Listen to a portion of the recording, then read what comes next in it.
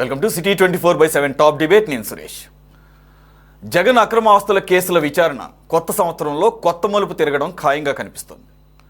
రఘురామకృష్ణరాజు పిటిషన్లపై విచారణ జరిపిన సుప్రీం ధర్మాసనం అనేక ప్రశ్నలను సంధించింది.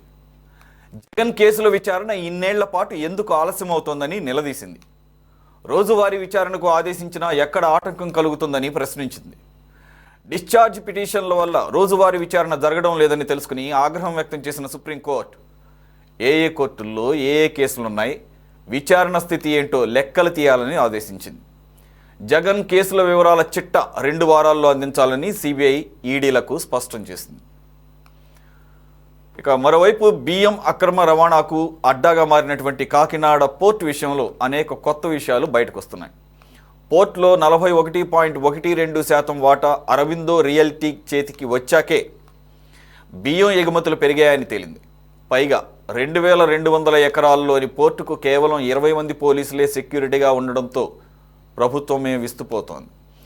జగన్ సీఎం అయ్యాక కాకినాడ పోర్టులో వాటా అరవిందోకి వచ్చిందనే మాట వాస్తవం కాదా అని ప్రశ్నిస్తోంది. బియ్యం స్మగ్లింగ్ అంశాన్ని సీరియస్గా తీసుకున్న ప్రభుత్వం కాకినాడ పోర్ట్కి ఐపీఎస్ క్యాడర్ సెక్యూరిటీ ఆఫీసర్ను నియమించాలని కూడా నిర్ణయించింది. పోర్టులోని విదేశీ షిప్ను తాము చెప్పే వరకు పంపవద్దని ఆదేశాలు జారీ చేసింది. అంతేకాదు పోలీసులు ఇప్పటికే కొందరికి 41A నోటీసులు ఇచ్చారు. విచారణ కొనసాగుతోంది అని చెప్తున్నారు ప్రభుత్వ పెద్దలు. ఇకపోతే ఈ అంశాలన్నీ కూడా బయటపెట్టింది స్వయాన కన్సర్న్ మినిస్టర్ నాదెండ్ల మనోహర్ గారు. ఏదైతే ఈ అరవిందోకి ఎప్పుడు వచ్చింది, ఎవరి దగ్గర నుండి తీసుకుని ఇచ్చారు, ఏ స్థాయిలో రవాణా జరిగింది గత 3 సంవత్సరాల్లో, అంటే 2021 నుంచి 2024కి మొత్తం రాష్ట్రంలో మిగిలిన పోర్టుల్లో ఎంత ఎగుమతులు జరిగాయి, ఒక్క కాకినాడలోనే ఏ స్థాయిలో ఎగుమతులు బియ్యం ఎగుమతులు జరిగాయి అనేది ఆయన లెక్కలతో సహా చెప్పారు. సో ఇది అథెంటిక్ ఇన్ఫర్మేషన్, ఎందుకంటే కన్సర్న్ మినిస్టర్ ఇచ్చారు కాబట్టి. చూద్దాం, వీటన్నిటి మీద మనం ఈరోజు డిబేట్ చేద్దాం. డిబేట్లో పార్టిసిపేట్ చేస్తున్నారు తెలుగుదేశం పార్టీ అధికార ప్రతినిధి శ్రీనివాస్ చౌదరి గారు. నమస్తే అండి, వెల్కమ్ టు ద డిబేట్. అలాగే కాంగ్రెస్ నుంచి ఏపీసీసీ మైనారిటీ స్టేట్ అబ్జర్వర్గా ఉన్నటువంటి షేక్ బాజీ గారు. నమస్తే సార్. ఇక బీజేపీ నుంచి కరణం భాస్కర్ గారు. భాస్కర్ గారు నమస్తే అండి. ప్రముఖ రాజకీయ విశ్లేషకులు సీనియర్ జర్నలిస్ట్ కోటేశ్వర గారు కూడా నమస్తే సార్. కోటేశ్వర గారు, ఈరోజు సుప్రీంకోర్టులో జగన్ అక్రమాస్తులని చాలామంది అంటారు, కానీ యాక్చువల్గా ఆస్తుల కేసు, ఎందుకంటే అది ఇంకా అక్రమం తేలలేదు కాబట్టి మనం ఆస్తుల కేసు అనే మాట్లాడదాం సార్.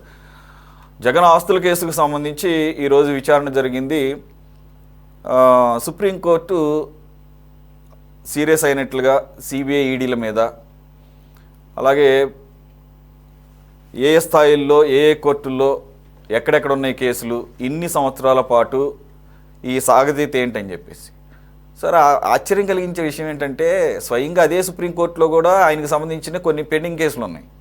ఇప్పుడు ఆ లెక్కంతా ఏమంటున్నారు, 2 వారాలకు వాయిదా వేసి డిసెంబర్ 13 కల్లా అఫిడవిట్ రూపంలో ఒక చార్ట్ తయారు చేయండి అని చెప్పేసి కూడా అంటాం. సార్, సీరియస్ అవ్వటం ఇదంతా ఏదో ఈరోజే వీళ్ళకి తెలిసినట్టు అదే సుప్రీంకోర్టులో పెండింగ్ ఉన్నాయి కదా. మరి ఆ సుప్రీంకోర్టులో పనిచేసే వాళ్ళే ఏమీ తెలియనట్లు విస్తుపోతూ ఈరోజు క్వశ్చన్ చేయటం, వీళ్ళేమో అవునండి ఆల్రెడీ తెలంగాణ హైకోర్టు రోజువారీ విచారణకు ఆదేశించిందని చెప్పడం, ఇద్దరు తరపు న్యాయవాదులు కూడా. మరి రోజువారీ విచారణ జరుగుతుందని జరపమని చెప్పేసి చెప్పినప్పుడు సిబిఐ కోర్టు ఎందుకు విచారణ జరపట్లేదని మళ్ళీ ధర్మాసనం ప్రశ్నించడం, అదేమంటే వివిధ కోర్టుల్లో వివిధ స్థాయిల్లో డిశ్చార్జ్ పిటిషన్లు ఉన్నాయి, పెండింగ్లో ఉన్నాయి అని చెప్పేసి సమాధానం చెప్పడం. సార్, ఎలా చూడాలి సార్ ఇదంతా? ఏదో అన్నీ తెలిసి కూడా ఏమీ తెలియనట్లు ఒకరినొకరు ప్రశ్నలు సంధించుకొని ఏదో జనాలకి ఏదో కొత్తగా ఈరోజు ఇన్ఫర్మేషన్ ఇస్తున్నట్టుగా అనిపిస్తుంది. మరి I don't no, you have to clarify that sir.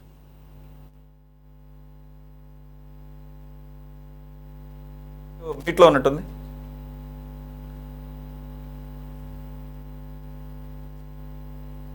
No లేదు సార్. పీసీఆర్ నో ఇంకా లేదు సార్. అది ఒక్క నిమిషం ప్లీజ్ హోల్డ్ ఆన్.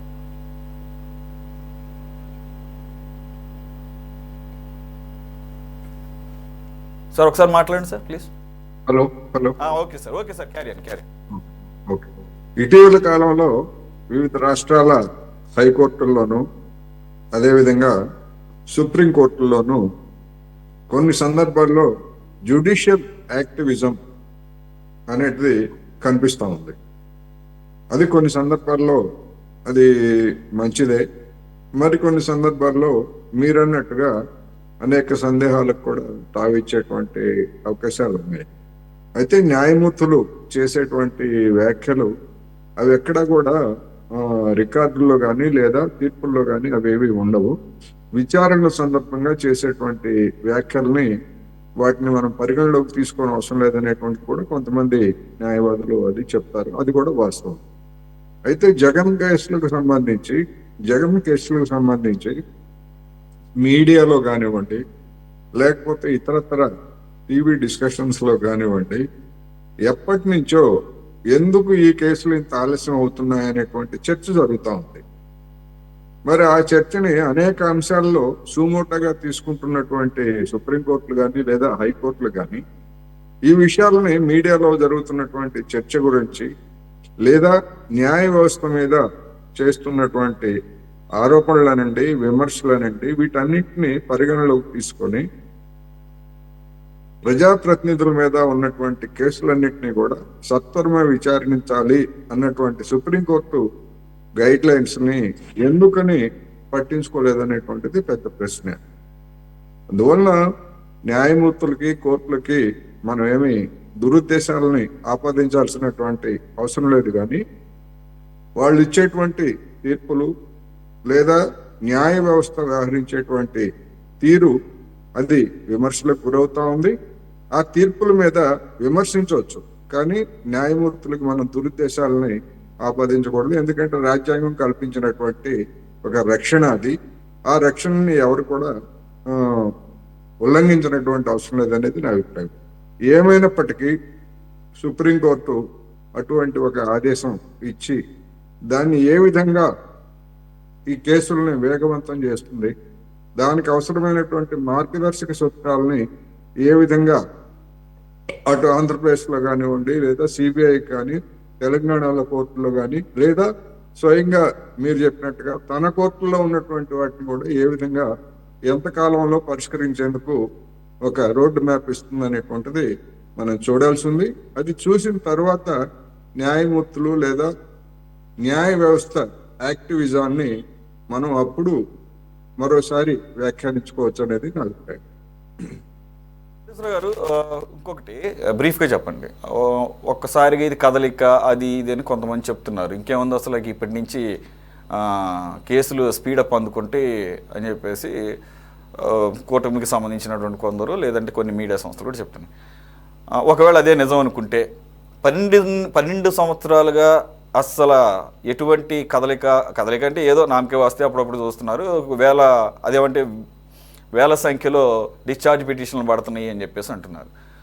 కారణాలుగా ఏదేమైనా ఇన్ని సంవత్సరాలుగా లేనిది ఒకవేళ ఇదే కనుక ఇప్పుడు కదలిక స్పీడ్ అందుకుంటే దానికి ఇటీవల జరిగినటువంటి ఎన్నికల ద్వారా వచ్చినటువంటి ఒక రాజకీయ పరిణామాలు, లేదంటే కనుక ఆ నంబర్ క్యాలిక్యులేషన్స్, సీట్లు, ఈ రకమైనటువంటి వీటి వలన ఇవే కారణం అయ్యే అవకాశం ఉందా అనుకోవచ్చు?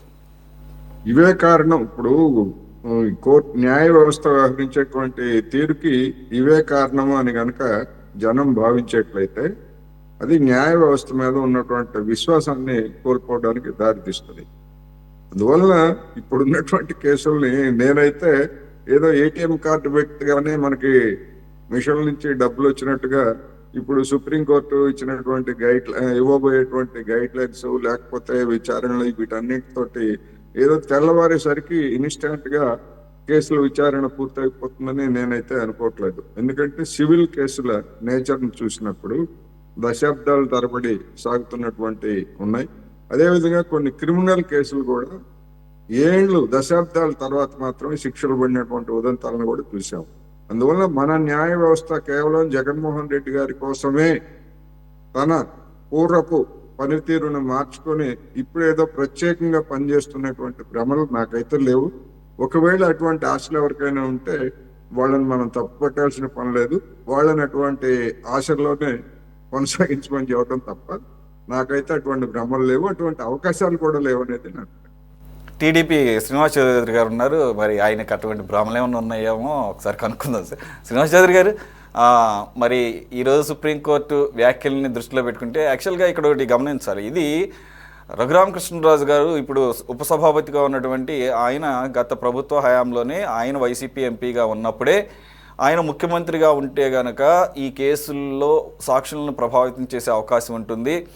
రెండవది ఈ కేసులుకి ఆయన హాజరవటం లేదు. దాని మూలంగా 1, 2 ఇన్ని వేల డిశ్చార్జ్ పిటిషన్లు, 3 హైదరాబాద్లో ఉన్నటువంటి తెలంగాణలో ఉన్న సిబిఐ కోర్టు విచారణ చేస్తుంది కాబట్టి అక్కడ ముందుకు సాగడం లేదు కాబట్టి వేరే రాష్ట్రానికి కూడా బదిలీ చేసే అంశాన్ని పరిశీలించాలని ఆయన సుప్రీంకోర్టులో వేసిన పిటిషన్ ఇది. సరే, యాక్చువల్గా గత నెలలో అనుకుంటా లేదా అంతకుముందు గుర్తులేదు, ఈయన ఎప్పుడైతే సిజేఐ కొత్తగా సంజీవ్ ఖన్నా గారు బాధ్యతలు తీసుకున్న వెంటనే ఆయన ముందుకే వచ్చింది ఇది. కానీ another judge, if I'm not wrong, Sanjay Kumar గారు ఆయన నాట్ బిఫోర్ మీ అని చెప్పేసి చెప్పడం మూలంగా ఈ రోజుకు వాయిదా పడింది. ఈ రోజు నుంచి మళ్ళీ నెలల తరబడి జనవరి వరకు వాయిదా కావాలని మినిమంగా అడిగినట్లుగా వార్తలు వస్తున్నాయి. ఎవరు? జగన్మోహన్ రెడ్డి గారి తరపు లాయరు. జనవరి దాకా కూడా కుదరదని చెప్పేసి 2 వారాలు మాత్రమే టైం ఇచ్చి December 13th నేనేమంటున్నానంటే, ఇక మీరు అన్నట్లుగా కొడసర గారు అన్నట్లు ఏమైనా స్పీడప్ అయ్యిందని చెప్పేసి భావించాలా? రెండో పాయింట్, ఆ కేసులతో పాటుగా అవి పక్కన పెడితే అవన్నీ పాత కేసులు. ఆయన ముఖ్యమంత్రిగా ఉన్నప్పుడు రోజుకు ఒక స్కామ్ మీరు బయట పెడుతున్నారు అంటే కూటమి ప్రభుత్వం. మరి వీటి విషయంలో కూడా మీరు ఏమన్నా యాక్టివ్ లేదా? అది ఎలాగో మూమెంట్ వచ్చింది కదా అని చెప్పేసి, ఎందుకంటే అంతకన్నా భయంకరమైనటువంటి స్కామ్లు బయటకు వస్తున్నాయి. పీడిఎస్ రైస్ విషయం అవ్వచ్చు, లేదంటే కనుక లిక్కర్లు, ఇంకా చాలా ఉన్నాయి కదా, ఒకటే ఉంది. మరి అవన్నీ కూడా విచారణ దశలోనే ఉన్నాయి. మరి వాటి విషయాల్లో కూడా సీరియస్గా ఆలోచిస్తున్నారా? ఆలోచించే అవకాశం ఉంది గారు. మొదట మీకు అలాగే 24/7 వీక్షకులకి, అనలిస్ట్ కోటేశ్వరరావు గారికి, బీజేపీ నేత ప్రకాష్ భాస్కర్ గారికి, అలాగే కాంగ్రెస్ నేత బాజీ గారికి నమస్కారాలు, శుభ సాయంత్రం. ఆంధ్ర రాష్ట్రమే కాదు, భారతదేశ రాజ్యాంగం పైన మనకు చాలా విశ్వాసం ఉంది. అలాగే లా అండ్ ఆర్డర్ విషయంలో కూడా ఏదైతే ఫోర్త్ ఎస్టేట్ ఉన్నటువంటి న్యాయ వ్యవస్థ పైన చాలా నమ్మకాలు భారతదేశ ప్రజలకు ఉన్నాయి. అయితే భారత రాజ్యాంగం ప్రకారం, లా ప్రకారం దోషులు శిక్షపడుతుందా అనే విశ్లేషించేదానికన్నా, ఈరోజు అన్యాయాల అక్రమాలు జరుగుతున్నప్పుడు ప్రభుత్వాలు ఏ విధంగా స్పందిస్తున్నాయి, దోషులను ఏ విధంగా విచారిస్తున్నాయి, శిక్షలు ఏ విధంగా గురవుతున్నారు అనుకున్నప్పుడు, నాకున్నంత పర్సనల్ అనుభవం ఏంటంటే, చట్టం అనేది సాలిగుడ్ లాంటిది. చిన్న చిన్న ఈగలు, దోమలు దూరం వెళ్ళిపోతాయి.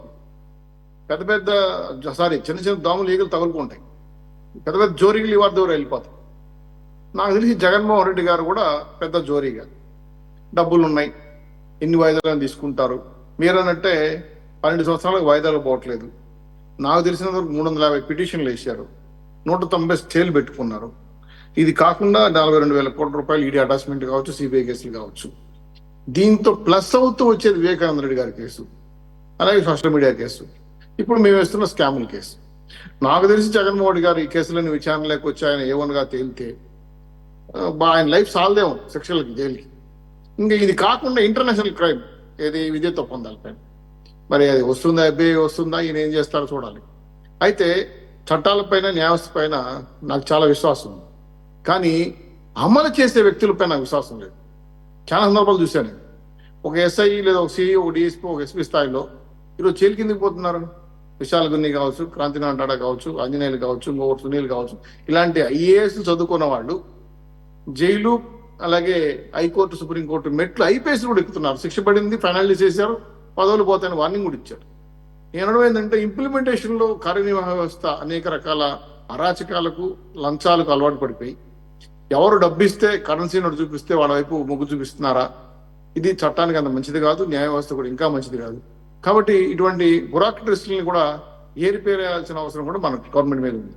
అయితే జగన్మోహన్ రెడ్డి గారి కేసు పట్టుదల చూసినప్పుడు ఇన్ని సంవత్సరాలు నాకు తెలిసి ఒక ఫిట్ ప్యాక్ 100 రూపాయలు కొట్టేస్తే సాయంత్రానికి స్టేషన్ లేచి మగిలిగా కొడతారు, కేసు పెట్టి లోపలేస్తారు, చీటింగ్ కేసు ఏదో పెడతారు. ఒక మర్డర్ కేసు, లేదంటే ఒక దొంగ కేసు, దోపిడీ కేసు, ఎంత కాదన్నా 6 నెలల లోపల వ్యవహారాలను అక్విట్ ఛార్జ్ షీట్ చేసి జైలుకి వేస్తారు. 12 సంవత్సరాలుగా వివేకానంద రెడ్డి కేసు కాడ నుంచి ఈయన ఈడీ కేసుల కాడ నుంచి నానుస్తూ వస్తున్నారంటే ఈ పెద్ద చేపను కాపాడుతున్న చిన్న చేపల లేదంటే పెద్ద చేపలు ఎవరు నాకు తెలియదు. అయితే చట్టంలో కొన్ని లొసుగులు ఉన్నాయి, దాన్ని వాడుకొని స్టేలని, పిటిషన్లని, డిశ్చార్జ్ పిటిషన్లని అనేక, అలాగే ఈ రాష్ట్రం నుంచి తెలంగాణ గవర్నమెంట్ కేసులు మార్చడం అనేది ఇక్కడ కాదు. ఇంకా మళ్ళీ ఆయన ఈ మధ్య కాలంలో జగన్మోహన్ గారు ఒక మాట అన్నారు, దయచేసి మళ్ళీ గుర్తు చేస్తున్నాను. నేను ఇంటర్నేషనల్ కోర్టుకి వెళ్తానన్నాడు. దీనిపైన రాష్ట్రం శాంతి భద్రతలు కరువైపోయినాయి, నేను ఇంటర్నేషనల్ కోర్టుకి వెళ్తానన్నాను. అట్లాంటి కేసులు ఎత్తుకుపోతే ఇంకా లైఫ్లో ఆయన ఎలాంటి కేసులు ఫేస్ చేయాలి, ఎలాంటి కేసులపైన సంజయ్ శివాల పైన చాలా అంశాలపైన ప్రజలకు గందరగోళంగా ఉంది. ఖచ్చితంగా ప్రభుత్వం దీనిపై చర్య తీసుకుంటా ఉంది. ఇప్పుడు కేసులు స్పీడప్ కావడానికి రఘురామకృష్ణరాజు గారు వ్యక్తిగతంగా ఆ పార్టీ ఎంపీగా ఉన్న ఆయన్ని చిత్రహింసలు పెట్టేది కాకుండా ఆయన డిప్యూటీ స్పీకర్ అయిన తర్వాత ఖచ్చితంగా ఈ కేసులు ముందుకెళ్లాలని చెప్పి పర్సనల్గా మళ్ళీ పిటిషన్ వేయడం, మా పార్టీ ఎన్డీఏ కుటుంబంలో కూడా కొన్ని కేసులు సులువు చేయడం కోసం సునీతమ్మ గారు రావడం, వాళ్ళ వివేకానంద కేసు కూడా నాకు వెంటనే తేల్చండి అని చెప్పి ఆమె పిటిషన్ వేయడం, ఒమ్మెత్తిన కలవడం, కేంద్ర పెద్దలు కలవడంతో ఖచ్చితంగా ఇది క్షమించరాని కేసులు సార్. తప్ప తేల్చేయండి, ఆయన నిజాతి పరుడా కాదా, గొప్పవాడా లేదా నీతిపరుడా అనీతిపరుడా తెలిస్తే కదా. వీటిని వాయిదాలు వేసుకుంటూ పోవడం వల్ల మీరు అన్నారు నాట్ బిఫోర్ మీ ఈ మాటలు ఇని చాలా మంది ఇదేంది, ఇది నాకు అర్థం కావడం లేదు. న్యాయ వ్యవస్థలో సమానమే, మీరు తప్పు చేసినా, నేను తప్పు చేసినా, కోటేశ్వర గారు తప్పు చేసినా, భాస్కర్ గారు తప్పు చేసినా, బాజీ గారు తప్పు చేసినా తప్పును తప్పే అంటాం, శిక్ష పడాల్సిందే భారత రాజ్యాంగం ప్రకారం. నేను కద్దరు సొక్క వేసుకున్నా కాబట్టి నాకు ఏసీ రూమ్లోను లేదా ఇంకొక ఆయన్ని లేదు అవసరం లేదు, బెయిల్ అవసరం లేదు, స్టేషన్ బెయిల్ ఇవ్వడం కానీ ఇవి కొంత చట్టంలో లొసుగులు ఉన్నాయి సార్. అంటే ఇంప్లిమెంటేషన్ చేసిన వ్యక్తుల్లో ఇటువంటి మార్పు రాకపోతే చట్టం నిజాయితీగా అమలు కావటం లేదు. ఇట్లాంటివన్నీ కూడా నిజం నిద్రలేసే లోపల అబద్ధం ప్రపంచం చుట్టూ వచ్చేస్తా ఉంది. ఆయన ఏదో ఉపన్యాసం చెప్పేస్తారు బయటకు వచ్చి జగన్మోహన్ గారు, అది వైరల్ అవుతుంది. కానీ ఈయన జరిగిన అబద్ధాలు నిజాలు ఇప్పుడు బిఏ కేసులు నమోదు చేసిన అమెరికన్ కోర్టులో, అలాగే ఈరోజు మీరు అన్నట్టు బియ్యం కేసులు ఎన్ని లక్షల కోట్ల టన్నులు నష్టపోయాం, ఇవన్నీ ప్రజలకు వెళ్ళే లోపలే నేనేం చేయలేదు, నాకేం సంబంధం లేదు, నాకు అన్ని నిజాయితీ పడండి, నాకు అవార్డులు ఇవ్వండి, సెలవులు కప్పండి, వీలైతే గౌరవించండి అని ఇట్లాంటి స్పీచ్లు ఇవ్వటం వల్ల ఏంటంటే ప్రజలు కూడా ఈ నాన్పుడు ద్వారాన్ని ఇష్టపడట్లేదు. అందుకే కేసులు స్పీడప్ అయ్యి తొందరలోనే నాకు తెలిసి శ్రీకృష్ణ జన్మస్థానం అందరికీ ఆల్మోస్ట్ దాదాపు 50% రికవర్ అయ్యారు. వాళ్ళందరూ కూడా జైల్లో పెట్టాం. మిగిలిన వాళ్ళు కూడా తాడేపల్లి గెస్ట్ చూపించిన వాళ్ళు కూడా బయటకు వచ్చి జైల్లో వేసే పరిస్థితి ఏర్పడతా ఉంది. న్యాయాన్ని సంరక్షించడంలో ఏవైతే వ్యక్తులు ఉన్నారో పోలీసు వ్యవస్థ కానీ న్యాయ వ్యవస్థ కానీ దయచేసి ప్రజలకు నమ్మకం కల్పించే విధంగా ముందుకెళ్ళమని చెప్పి మీ ద్వారా రిక్వెస్ట్ చేస్తుంది. ఓకే భాస్కర్ గారు, ఇప్పుడు జగన్మోహన్ రెడ్డి గారి మీద ఆస్తుల కేసు కానీ లేదా కొంతమంది అన్నట్టు అక్రమాస్తుల కేసులు కానీ ఇవన్నీ కూడా కొత్తవేం కాదు. గత 14 సంవత్సరాలుగా చూస్తున్నాం. ఆయన దానికి సంబంధించి 16 నెలలు జైల్లో కూడా ఉండి బెయిల్ మీద గత 12 సంవత్సరాలుగా బయట ఉన్నారు. దానిలో ఒక 5 సంవత్సరాలు ఆయన ప్రతిపక్ష నాయకుడిగా ఉన్నారు. 2019 నుంచి 24 వరకు ముఖ్యమంత్రిగా ఉన్నారు. మళ్ళీ గత 6 నెలలుగా ఆయన ఒక ఎమ్మెల్యేగా ఉన్నారు. మరి అసలు కోర్టులు ఆదేశించిన తర్వాత కూడా తెలంగాణ హైకోర్టు రోజువారీ విచారణ చేపట్టాలని స్వయంగా సుప్రీంకోర్టు కూడా ఒక నిర్ణయం తీసుకున్న తర్వాత 2-3 సంవత్సరాల క్రితం, if I'm not wrong, DY Chandrachud గారు ఉన్న సందర్భంలో, అంతకుముందు కూడా ఇవన్నీ ప్రస్తావన, ముఖ్యంగా ప్రజాప్రతినిధుల మీద ఉన్నటువంటి కేసుల్ని సత్వర విచారణ చేపట్టాలి. సత్వరం సంగతి దేవుడెరుగు. ఆఖరికి సుప్రీంకోర్టు చెప్పినా, హైకోర్టులు చెప్పినా కానీ సిబిఐ కోర్టు ఈ రకంగా అంటే అనుమానాలు వస్తున్నాయి, కావాలని డిలే జరుగుతుందా అన్న రీతిలో బిహేవ్ చేయటాన్ని. ఈరోజు సుప్రీంకోర్టు కూడా సీరియస్ అయింది, లేదా ఎందుకు ఇలా జరుగుతుందని చెప్పేసి వాళ్ళని అఫిడవిట్ వేయమన్న దాంట్లోనే కొంత అర్థమవుతుంది. మీరు హానెస్ట్గా చెప్పండి, సిబిఐ ఈడీలు కొన్ని సందర్భాల్లోనేమో అంత ఫాస్ట్గా రియాక్ట్ అవుతూ ఛార్జ్ షీట్లు పెట్టి అరెస్టులు చేసి ముఖ్యమంత్రి ఉప ముఖ్యమంత్రి స్థాయిలో వ్యక్తులను కూడా పెట్టినప్పుడు స్థాయిలతో సంబంధం లేదు, నిజంగా వాడు తప్పు చేస్తే పెట్టచ్చు తప్పు. కానీ అటువంటి సూత్రమే, అటువంటిది ఇదే. మిగిలిన ఇటువంటి క్లాసిక్ ఎగ్జాంపుల్ ఈ జగన్మోహన్ రెడ్డి గారి కేసులు. ఇవి ఇంత డిలే జరగటాన్ని ప్రజలు ఎలా అర్థం చేసుకోవాలి? ఎందుకంటే సుప్రీంకోర్టు కూడా ఒక సందర్భంలో ఉంది. అఫ్కోర్స్ ఇదేమి ఎన్డీఏ ప్రభుత్వంలో వచ్చినటువంటి పేరు కాదు అది. It is the right time or it is the proper time to prove yourself that you are not the parrot in the cage అని చెప్పేసి, పంజరంలో చిలక కాదు అన్న దాన్ని ప్రూవ్ చేసుకోవాలని. కాబట్టి ఇక్కడ ఏమి నేను నోటితో అని కావద్దు. ఇది చెప్పండి సార్. సార్, మొదటిగా మీకు ప్యానెల్లో ఉన్న పెద్దలందరికీ నమస్కారం, వీక్షకులకి నమస్కారం. జగన్మోహన్ రెడ్డి కేసులు గత 12 సంవత్సరాలుగా కోర్టుకు పోకుండా వాయిదాలు వేసుకుంటున్న విషయం అందరికి లోకం అంతా తెలిసిందే. అయితే ఇక్కడ సుప్రీంకోర్టులో కానీ తెలంగాణ హైకోర్టులో కానీ ఒక కోర్టుకు తెలియకుండా ఇంకో కోర్టుకి ఏమన్నా జడ్జిలు మారినప్పుడు లేకుంటే ఇంకోటి ఈ అడ్వాంటేజ్ ఏమైనా తీసుకుంటున్నాడా అనేది నాకు ఒక అనుమానం సార్. అంటే నాకు తెలిసి కాదు మాట్లాడేది, నా అనుమానం చెప్తున్నా. అసలు ఇవన్నీ కాదు సార్. వారు వాయిదాలు వేసుకుంటా పోతే ఎప్పటికైనా కేసులు ఉంటాయి కదా. ఆయన చిన్న వయసులోనే ఉన్నాడు, హార్డ్లీ 53-54 సంవత్సరాలు ఉంటాయి ఆయనకి. ఎంతకాలం ఇట్లా వాయిదాలు వేసుకుంటుంటే ఆయన జీవితం అంతా వాయిదాలు వేసుకుంటాడా? తర్వాత దీంట్లో ఇంకొకటి ఏంటంటే, సామాన్య ప్రజలు కూడా జగన్మోహన్ రెడ్డి కేసుల గురించి మాట్లాడుకునే పరిస్థితి వచ్చింది సార్. సామాన్య మనుషులు కూడా, మామూలు వాళ్ళు అయితే పోలీసు వాళ్ళు వెంబడి తీసిపోతారు. ఇదేంటి ఇది, నాకు 8 ఇన్ని కేసులు ఉన్నాయి, ఈ 36,000 కోట్లు 46,000 కోట్లు ఎంతో అవినీతి జరిగిందని చెప్పి తేల్చారు. ఈ తేల్చిన దాంట్లో ఎందుకు ఈ విధంగా జరుగుతుంది అనేది అందరికి పెద్ద క్వశ్చన్ మార్క్. ఈవెన్ మాకు కూడా, వాస్తవం చెప్తాను మీకు. అయితే కొంత బ్లేము బీజేపీ మీద పడుతుంది, నేనే కాదని చెప్పడంలే.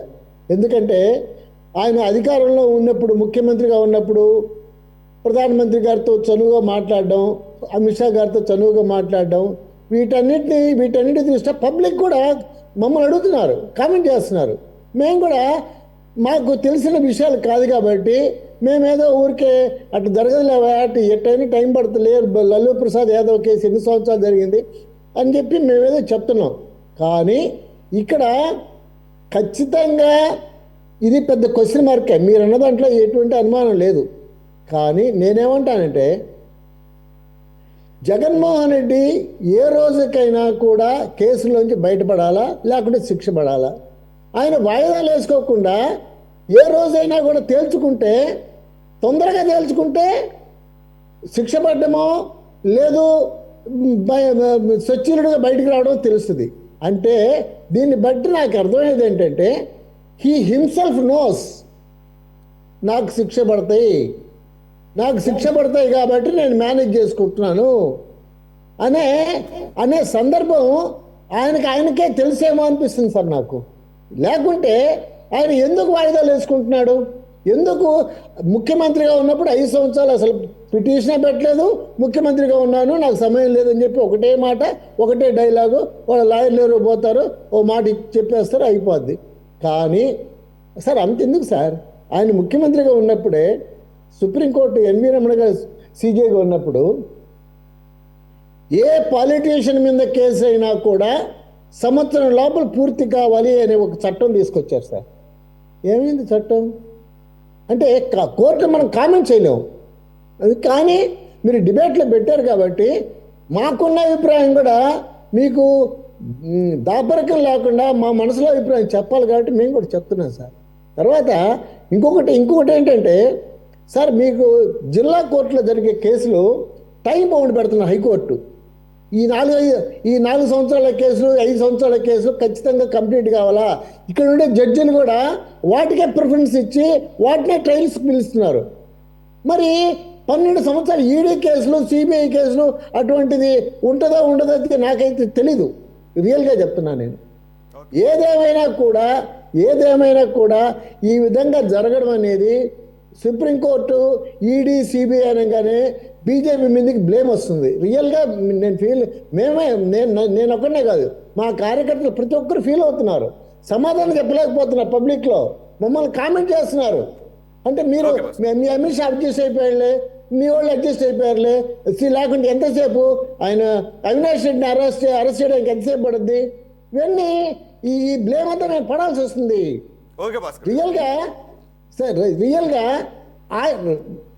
నేనేమంటానంటే, జగన్మోహన్ రెడ్డి గారే ఈ లీడ్ తీసుకోవాలి సార్. జగన్మోహన్ రెడ్డి గారే కోఆపరేట్ చేసి కోర్టులకి నా మీద ఉన్న కేసులన్నీ త్వరితగతిని పూర్తి చేయండి. ఏ రోజుకైనా ఏదో ఒకటి తేలాల్సిందే, అటు శిక్షణ పడాల్సిందే లేదా బయటకన్నా రావాల్సిందే, రెండింటిలో ఏదో ఒకటి జరగాలి కదా. మీరన్నది if is confident and if he knows that he didn't do anything wrong అనుకున్నప్పుడు మీరు అన్నది సాధ్యపడుతుంది. మీరేం దాకా అన్నారు కదా, అదే అదే అది వాస్తవం కూడా. See, అది కూడా చెప్పాను కదా, ఇప్పుడు అది కూడా చెప్పాను కదా. ఒకటి సార్, ఆయన వెళ్ళకపోవటం అనేది ఒక ఎత్తు అయితే, వేల పిటిషన్లు, డిశ్చార్జ్ పిటిషన్లు వేయటం అంటే దాని అర్థం ఏంటి? 350 వేసాడు సార్, 360 పిటిషన్లు వేసాడు. ఇంకా కూడా ఉన్నాయండి సార్. అంటే మొత్తం కౌంట్ చేస్తే థౌజండ్స్ లో ఉన్నాయంట. నేనేమంటున్నానంటే సార్, ఒక్క నిమిషం, ఇక్కడ ఆల్రెడీ ప్రైమా ఫేసి తర్వాత ఛార్జ్ షీట్లు కూడా ఫైల్ అయిపోయినాయి. ఆయన దానికి సంబంధించి కొన్నాళ్ళు జైల్లో కూడా ఉండటం జరిగింది.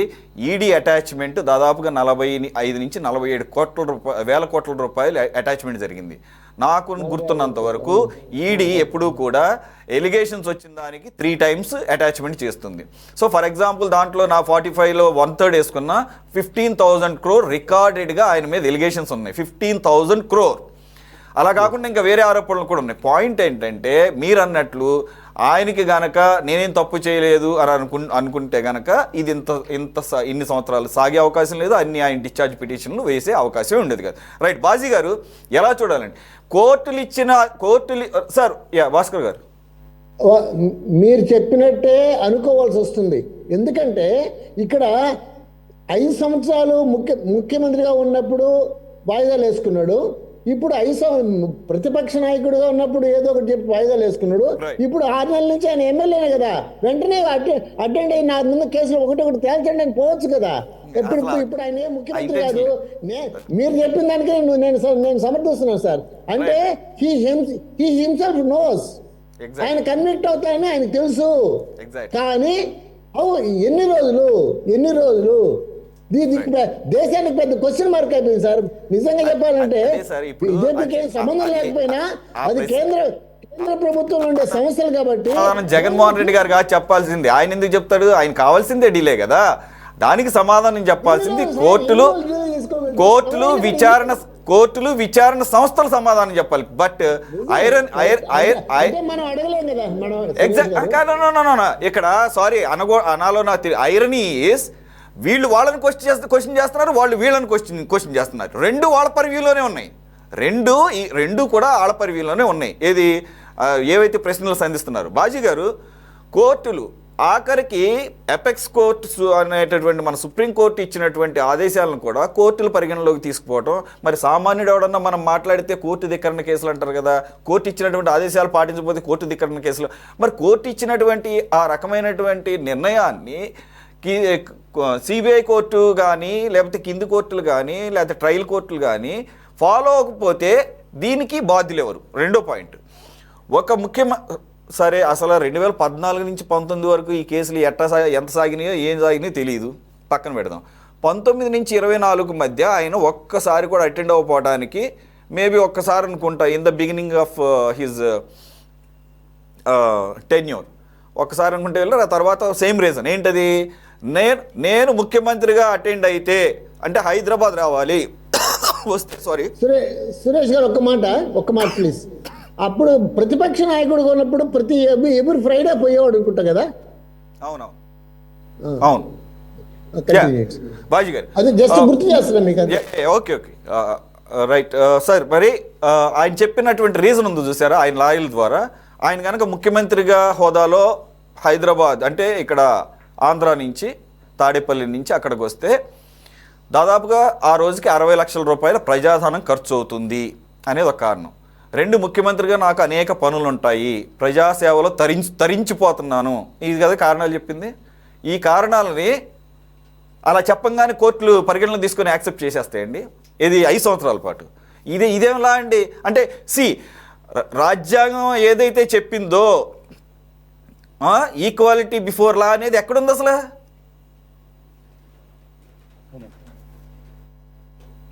సురేష్ గారు, ముందుగా మీకు అట్లాగే మన సిటీ న్యూస్ ప్రేక్షకులకి మన ప్యానెల్లో ఉన్న పెద్దలందరికీ కూడా శుభ సాయంత్రం.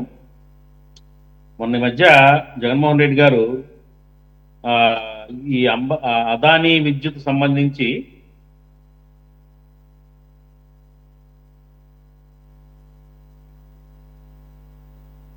సార్ మాట్లాడండి సార్. అదానీ సంబంధించిన వినపడుతుందండి సార్, కంటిన్యూ. అదానికి సంబంధించిన విద్యుత్తు కొనుగోళ్లకు సంబంధించి మన జగన్మోహన్ రెడ్డి గారు ఒక మాట అన్నారు. ఏమనంటే, నేను చాలా డబ్బుని సేవ్ చేశాను, నాకు అవార్డు ఇవ్వాలి, నాకు అవార్డు ఇవ్వాలి, నేను చాలా సేవ్ చేశాను రాష్ట్రానికి, నాకు పిలిచి అవార్డు ఎందుకు ఇవ్వరని. ఆయనకి దాంట్లో కాదండి అవార్డు ఇవ్వాల్సింది. అత్యంత అద్భుతంగా ఆయన ఈ కేసులో నుంచి తప్పించుకోవటానికి, ఈ విచారణని తప్పించుకోవటానికి మేనేజ్ చేసిన విధానానికి మనం అవార్డు ఇవ్వచ్చు. ఎందుకంటే ఇవాళ దేశ చరిత్రలోనే ఇదొక ఎగ్జాంపుల్గా తీసుకోవచ్చు. ఈ కేసుని, జగన్మోహన్ రెడ్డి గారి కేసుని ఒక కేస్ స్టడీగా మనం చూడాలి. ఏ రకంగా మేనేజ్ చేసే పరిస్థితులు ఉన్నాయి, ఏ రకంగా మేనేజ్ చేయగలుగుతున్నాడు ఆయన. మరి కోర్టుల్ని కానివ్వండి, విచారణ ఏజెన్సీస్ని మనం కించపరిచే ఉద్దేశం కాదు కానివ్వండి. ఇది ఏంటంటే ఒక అధ్వానమైన పరిస్థితి, ఈ విచారణ చేసే సంస్థలు ఒక అధ్వానమైన పరిస్థితిని క్రియేట్ చేశారు. న్యాయ వ్యవస్థల మీద సామాన్యులకి నమ్మకం పోయేటట్టుగా ఈ జగన్మోహన్ రెడ్డి గారి కేసులను చూస్తే కనుక మనకు అర్థమవుతా ఉంది. కొన్నిసార్లు డిశ్చార్జ్ పిటిషన్స్ వేల సంఖ్యలో డిశ్చార్జ్ పిటిషన్స్ వేయటం, అట్లాగే మరి సిబిఐ కోర్టులో విచారణ కోసం సొలిసిటర్ జనరల్ అందుబాటులో లేడని చెప్పేసి కొన్ని సందర్భాల్లో వాయిదాలు వేయటం, ఇవన్నీ చూస్తుంటే ఏంటంటే వాంటెడ్లీ ఆయన దీన్ని డ్రాగన్ చేసే పరిస్థితుల్లోనే వెళ్ళినట్టుగా క్లియర్ కట్గా చిన్న పిల్లోని అడిగినా అర్థమవుతుంది. కాకపోతే ఏంటంటే ఒకటేనండి, ఇవాళ చట్టాలు ముందు తప్పు జరిగింది, తప్పు చేశాడు, అతను దోషి అన్నది క్లియర్ కట్గా అందరికీ అర్థమవుతా ఉంది. దానికి పర్యవసానమే మరి ఈడీ 40,000 కోట్ల ఆస్తులను జప్తు చేసుకొని పెట్టడం అనేది సాక్ష్యాలు క్లియర్ కట్గా ఉండబట్టే ఆస్తులని ఈడీ అటాచ్ చేయడం జరిగింది.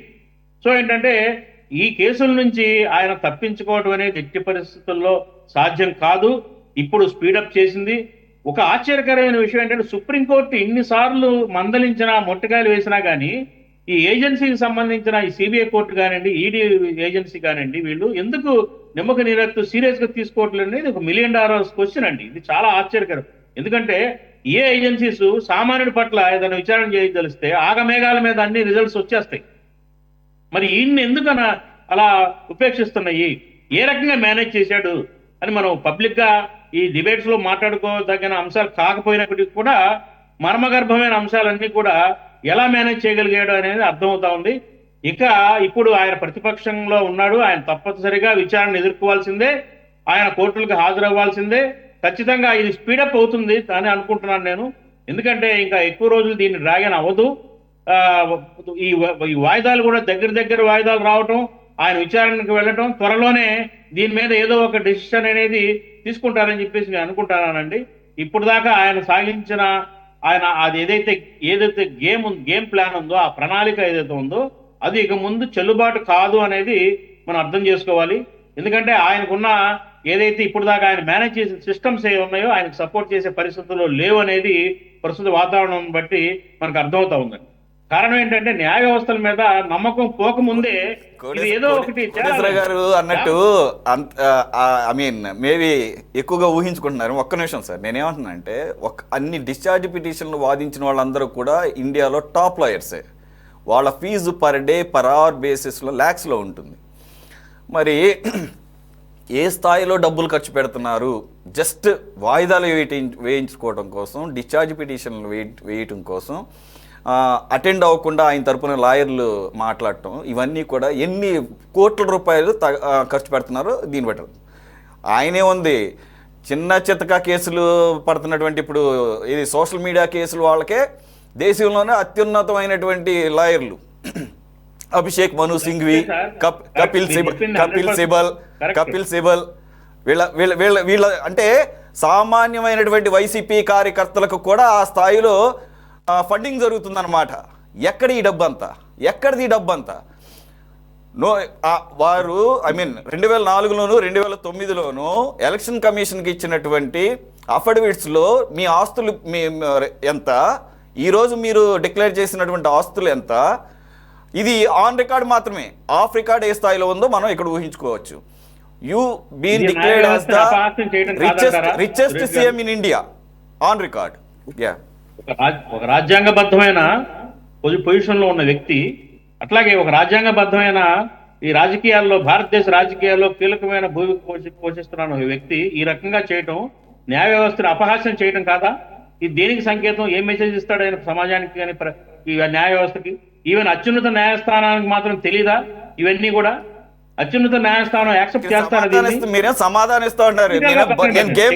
మీరు అన్నట్లు ఇందాక గేమ్ ఆడుకుంటున్నాడు ఆయన. గేమ్ ఆడుకుంటుంటే వీళ్ళు ఆ గేమ్లో చాలా చక్కగా పాత్రలు పోషిస్తున్నట్టుగా ఉంది.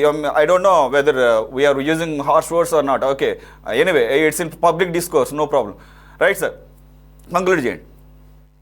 అందుకని ఏంటంటే ఖచ్చితంగా అత్యున్నత న్యాయస్థానం మన సుప్రీంకోర్టు ఏదైతే ఉందో వీటన్నిటిని పరిశీలనలో తీసుకుంటుందని నేను నమ్ముతున్నాను.